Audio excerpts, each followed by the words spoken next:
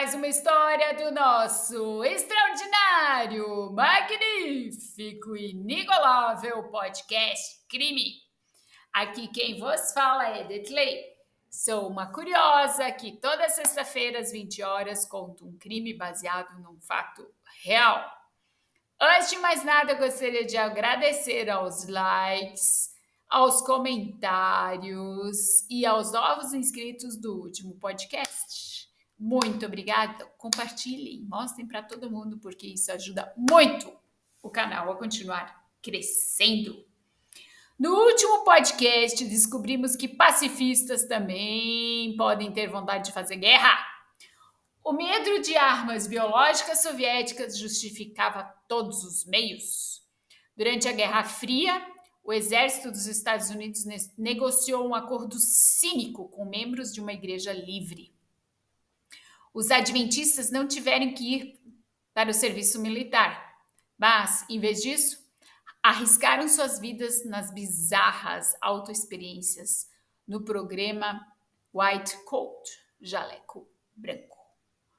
Hoje falaremos do dia em que os Estados Unidos aprenderam a temer. Homens-bombas atacam o quartel-general dos Estados Unidos. Soldados morrem em armadilhas. Os generais se desesperam. A famosa ofensiva do TET, de 1968, virou a maré contra os Estados Unidos na Guerra do Vietnã e levou a um desastre histórico para a superpotência. Já falamos várias vezes em vários podcasts sobre a ofensiva do TET aqui. Hoje vamos explicar ela bem certinha. O homem mais poderoso do mundo estava extremamente nervoso. Não quero nenhum maldito Dimbifu! Gritou o presidente dos Estados Unidos, Johnson, para o seu chefe de gabinete, que havia chegado para uma reunião sobre o Vietnã, nesse dia de janeiro de 1968. A base dos fuzileiros navais em Khe Sanh, sitiada pelos Vietcongs, deveria ser mantida a todo custo, exigiu Johnson. Uma guarnição dos Estados Unidos cercada e derrotada como os franceses em Dien Bien Phu, em 1954, seria uma catástrofe que deveria ser evitada a todo custo e por todos os meios. Em desvantagem numérica de quase 4-1, os guerrilheiros Vietcongs já haviam atacado o vilarejo montanhoso na província de Quang Tri, de onde cerca de 6.000 fuzileiros navais estavam tentando cortar as rotas de suprimento dos insurgentes comunistas. E em poucos dias, o comandante dos Estados Unidos, General William Westmoreland, do qual nós já falamos também várias vezes, ordenou que um total de 50.000 soldados, incluindo 15.000 soldados de elite, defendessem a base. Nas semanas que se seguiram, 100.000 toneladas de bombas choveram sobre as posições dos atacantes. A mais densa concentração de explosivos já lançada em um pedaço de terra, descreve o historiador Mark Frey em sua obra padrão History of the Vietnam War. O comandante Vietcong, Wu Nguyen Giap, por sua vez, esfregou as mãos. Os americanos haviam realmente caído na armadilha cuidadosamente preparada. Como um coelho diante da cobra, eles olharam para sua base ameaçada com o trauma de Dien Bien Phu sempre em suas mentes e apresentaram aos guerrilheiros de Giap o sul do país exposto. Na madrugada de 31 de janeiro de 1968, pouco antes das 3 horas, uma explosão tirou Saigon de seu sono. Um esquadrão suicida Vietcong havia invadido a embaixada americana e havia atirado descontroladamente em tudo que havia no local. Ao nascer do sol, O gramado da embaixada estava repleto de cadáveres. E o ataque surpresa ao centro do poder dos Estados Unidos no Sudeste Asiático foi apenas o comecinho. Um total de 80 mil combatentes comunistas atacaram as forças dos Estados Unidos e seus aliados sul-vietnamitas em todo o país naquela noite. 4 mil deles somente em Saigon. Mas outras 4 das maiores cidades do país também foram atacadas, assim como 36 das 44 capitais provinciais e 64 centros administrativos locais. Foi uma operação maciça que havia sido planejada durante anos e agora foi desencadeada. A ofensiva do TT. O elemento surpresa foi total. Ninguém entre os americanos acreditava que o inimigo, lutando com meios primitivos, fosse capaz de realizar uma operação tão complexa em tão grande escala. Os preparativos simplesmente escaparam aos serviços de inteligência. Semanas após o início do ataque, Johnson e Westmoreland ainda acreditavam que o alvo estratégico não eram as cidades do sul, mas o posto avançado de Khe Sanh. Os estrategistas vietcongues também escolheram o momento certo com sabedoria. Um cessar-fogo tático sempre esteve em vigor durante o feriado do Ano Novo de 3 dias no final de janeiro.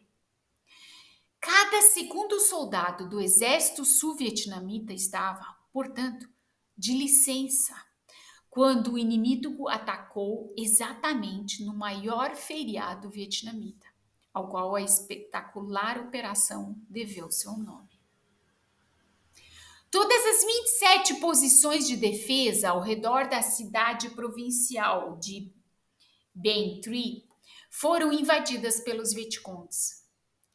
A antiga cidade imperial de Hue, no rio Perfum, foi tomada por 7.500 soldados do Exército Regular do Vietnã do Norte. Na província de Saigon, 4 mil combatentes eram pequenas unidades de comando, atacaram não apenas a Embaixada dos Estados Unidos, mas também o palácio do presidente sul-vietnamita Nguyen Van Thieu, o aeroporto Tan Son Cu e o quartel-general do general Westmoreland. A partir de helicópteros de combate, as tropas dos Estados Unidos tiveram que reduzir partes de Saigon a escombros para não perder o controle da capital. Por mais bem planejada que tenha sido a ofensiva do TT, foi, no entanto, um desastre militar para os Vietcongues. A esperada revolta contra os americanos nas cidades não se concretizou. E os defensores, após o pânico inicial, se recuperaram surpreendentemente rápido. Depois de menos de um mês, as tropas dos Estados Unidos e seus aliados sul-vietnamitas recapturaram todas as posições perdidas. A maioria delas depois de apenas alguns dias. De acordo com as estimativas, os Vietcongues perderam 2/3 de seus combatentes nos primeiros 3 meses de 1968 por morte, ferimentos ou captura. Uma carnificina brutal, da qual a Frente de Libertação Nacional, assim se autodenominavam os Vietcongues, nunca se recuperou. A partir de então, a iniciativa militar passou para o Exército Regular do Vietnã do Norte, possivelmente, especulam os especialistas em guerra do Vietnã, como o historiador Bernd Greiner, de Hamburgo. Essa foi uma consequência friamente calculada pelos governantes de Hanoi desde o início. Essa questão só será esclarecida quando o Vietnã abrir seus arquivos. Psicologicamente, no entanto, a ofensiva do TT foi um sucesso fenomenal de propaganda. As pesadas perdas dos Vietcongues permaneceram tão pouco expostas na mídia internacional quanto seus terríveis crimes de guerra. Somente na antiga cidade imperial de Hue, os conquistadores liquidaram quase 6.000 membros da elite vietnamita de maneira mais brutal, usando listas negras. As vítimas foram espancadas até a morte, decapitadas e enterradas vivas. Entre os massacrados estavam clérigos franceses e 4 médicos da Alemanha Ocidental. Para o público dos Estados Unidos e da Europa, no entanto, a imagem dominante era de um exército norte-americano irremediavelmente sobrecarregado, cujos oponentes supostamente primitivos e que usavam sandálias conseguiram levar sua luta até os centros do Vietnã do Sul controlados por americanos. O que está acontecendo lá? Perguntou o atônico apresentador Walter Cronkite para a câmera. Pensei que iríamos vencer a guerra. Pior ainda, o mundo teve que assistir aos defensores da democracia e da liberdade recorrerem ao terror. A imagem do chefe de polícia de Saigon executando a queima-roupa o suspeito Vietcong algemado deu a volta ao mundo. Assim como a declaração de um major norte-americano relatada pelo repórter de guerra da AP, Peter Arnett, abre aspas, tivemos que destruir Bem Tri para salvá-la. Acima de tudo, o massacre de My Lai, do qual já falamos aqui em podcasts anteriores, em março de 1968, no qual uma unidade dos Estados Unidos massacrou cerca de 500 civis, de bebês a idosos, em 2 horas e meia, tornou-se o Guantánamo da Guerra do Vietnã para os Estados Unidos. Uma ferida eternamente purulenta em sua própria credibilidade.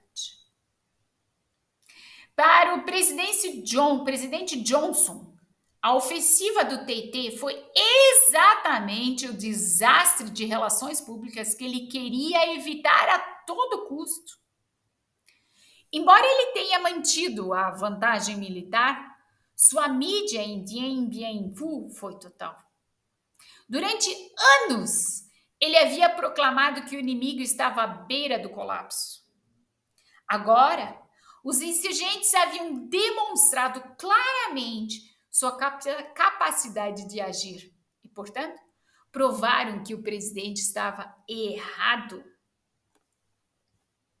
Quantas crianças vocês mataram hoje? Os militares de Johnson reagiram da mesma forma que os militares reagem. Eles pediram mais tropas. Quando o New York Times noticiou em 10 de março de 1968 que o governo ainda estava considerando secretamente enviar mais 200.000 soldados para o Vietnã, o que significava convocar reservistas, o público, o Congresso e o próprio partido de Johnson se revoltavam. Ei, ei! Quantas crianças você matou hoje? Gritavam os manifestantes contra a guerra nas ruas. No Senado, o secretário do Estado, John Rusk, foi atacado em um tom sem precedentes.